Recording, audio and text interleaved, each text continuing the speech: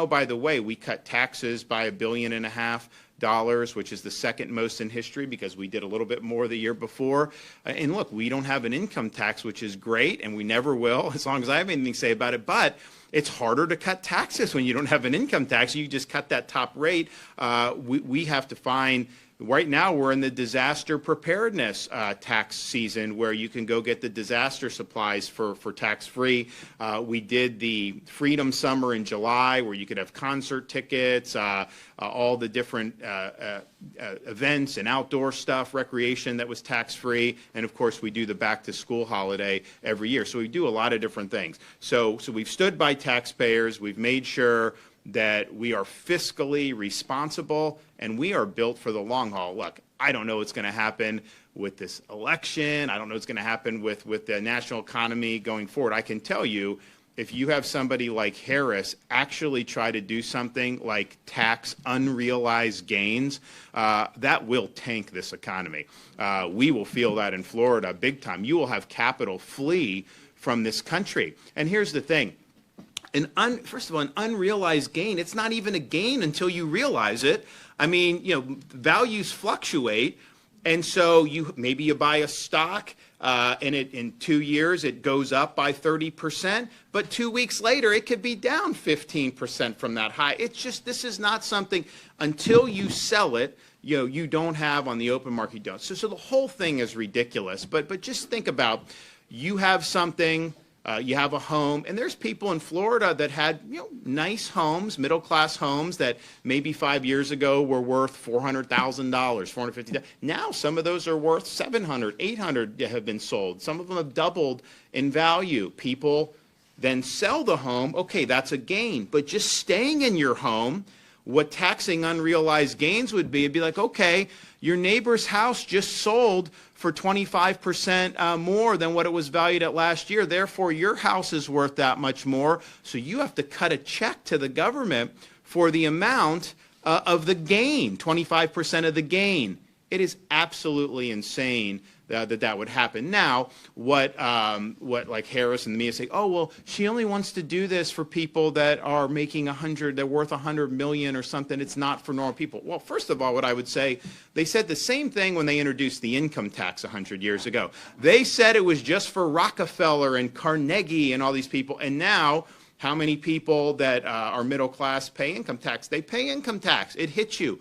So I don't think that that's necessarily comfort. I think once you try to introduce a concept like taxing unrealized gains, you're really opening Pandora's box. It's a massive increase in government power to be able to basically demand tribute just for you doing nothing, just simply holding an asset. If that fluctuates up, you have to pay. If it fluctuates down, the government ain't going to pay you a check, right? So it's heads they win, tails you lose.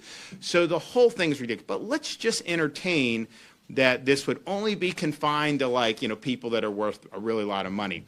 If you have somebody that's like a massive billionaire and they own billions of dollars, say, worth of stock for a company. Well, if the stock goes up, then they're going to get hit for 25%. So what are they going to have to do? They're going to have to sell the stock in order to pay the tax, or some of the stock. What's that going to do to the market? That will absolutely destabilize the market. So you could be a retired cop, a retired teacher that has a 401k. If you have that stock, that is going to affect you because the value will go down. It's going to create huge volatility in the marketplace to be able to do that. So it's a horrible idea. And oh, by the way, it is also unconstitutional. The founders, when they created the Constitution, you could only do indirect taxes, so things like tariffs and impose on duties, things like that. The 16th Amendment created an income tax, but that is only for income that's actually derived income. It's not for potential gains. So there is no source of constitutional authority for Harris to try to tax unrealized gains. And so, look, I'd hope to say that the Supreme Court would nix it, but these judges, you just don't know. I mean, sometimes they're good, but then sometimes they don't do what's right. So the whole thing, I think, is a huge problem. But that's just one piece. They also want to do capital gains rate at 44.6%. which again, this is people selling homes. I mean, if you have a home for 20 years and you sell it, the gain is a capital gain. So why should you have to pay half of that to the federal government? It makes no sense. And all this stuff, you've been paying property taxes on that the whole time anyways. So things that have already been taxed to then go and do a huge capital gain tax that's even higher than the income tax, then they'll say, oh, it's only going to be for the wealthy. But again, I don't think that that's true, because I think once government gets its hooks in things, the reality is there's some people that are very, very wealthy. But if you look at where the real money is, like if you taxed 100% every billionaire, you wouldn't even come close to making a dent in the federal budget. I mean, you're talking about you'd be able to get, a couple $100 billion. We're trillions, 34 trillion in debt. The real money for these guys that want it is to just take some out of the whole broad middle section of the country, middle class. That's what they would want to do. So I do think it would end up hitting middle class people, but still, it's just really, really bad. And then how much money are they going to spend going forward? Fact of the matter is the inflation was accelerated by Biden stimulus. What Harris voted for at the tie-breaking vote in 2021, and then the so-called Inflation Reduction Act, which was not about reducing inflation. It was about pursuing an agenda regarding climate ideology and kneecapping domestic energy production, which is also very bad. So that's that vision. And so there's a lot of uncertainty out there is the point. But Florida, we have protected ourselves so that if you do have some rough waters, what we have to do, we have this big surplus. If we have revenues go down, because our revenue goes up even while we cut taxes, because Florida's got a lot of economic activity. But if some respects the national economy did bad, if they did policies that hurt us, and say we had some revenue decline, and then you're like, well, what about education? What about roads? What about environmental stewardship? All you do is you move some money from the big surplus and you plug it in, and you're fine. Like, that's literally all you would have to do. No tax increases. You wouldn't even have to do any real spending. I mean, I'm always looking to cut spending because I think there's ways you can find more and more efficiency. But Florida, we have the lowest per capita number of government bureaucrats at the state level of any state in the United States, the smallest government of any state in the United States based on the number of employees that are poor. So we do a good job on that, but all you do is just plug and play and you're going to be in good shape. And I think that's something that's really important.